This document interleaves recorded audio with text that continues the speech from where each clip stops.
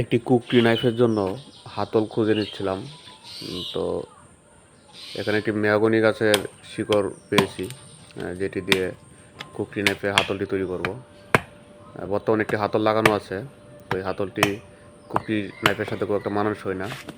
তো এই কুকরি নাইফের যেই হাতলগুলো আছে এগুলো কিছুটা কাঠ থাকে, আর এটা নেপালের গোর্খা জনগোষ্ঠীর একটি দৈনন্দিন কাজের টুল বলা যায়।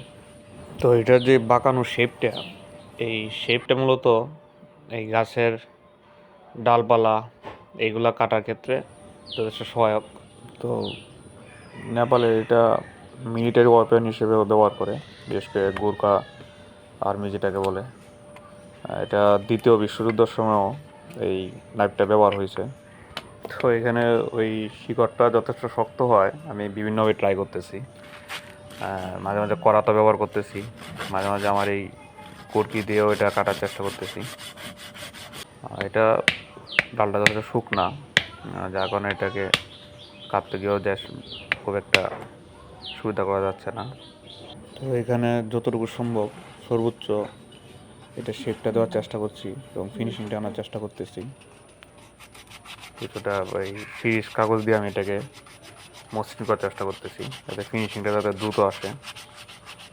যতটুকু সম্ভব এটা নিয়ে আসার চেষ্টা করতেছি ফিনিশিংটা। তো এখানে ডিল করেছিলাম, ডিলটা একটু বড় হয়ে গেছে, তবে সমস্যা নাই, এটাকে মূলত অন্যভাবে আমরা এটা লাগানোর চেষ্টা করব।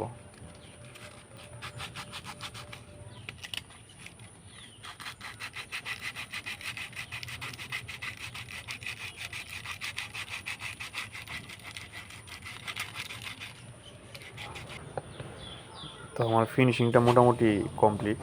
তো এখন এই আমার বর্তমানে কুকির সাথে আমার যেই হাতলটা আছে এটা খোলার চেষ্টা করতেছি। এটা খুলে ওইটাকে আমি প্রতিস্থাপন করব। এখন প্রতিস্থাপন করতে গিয়ে এটার যে ড্রিলটা যথেষ্ট বড় হয়ে গেছে, এটা একটা মেইন সমস্যা তৈরি হয়েছে।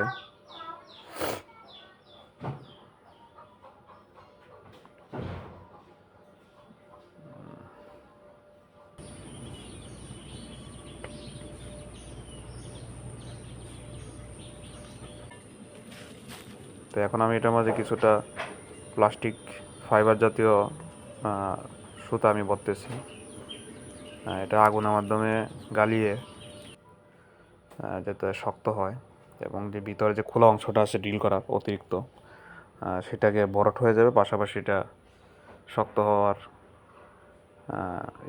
সুযোগ থাকে। পাশাপাশি আমি ইনফ্রারেড সোলার ব্যবহার করলাম কুকরির সুচালো অংশটাকে সর্বোচ্চ গরম করার জন্য। তো মোটামুটি আমরা ফাইনাল পর্যায়ে চলে আসলাম কাজের। এখন হাতলে পলি ব্যবহার করলাম। তো এই হলো মোটামুটি আমার কুকরি নাইফের হাতলের ওভারঅল লুক।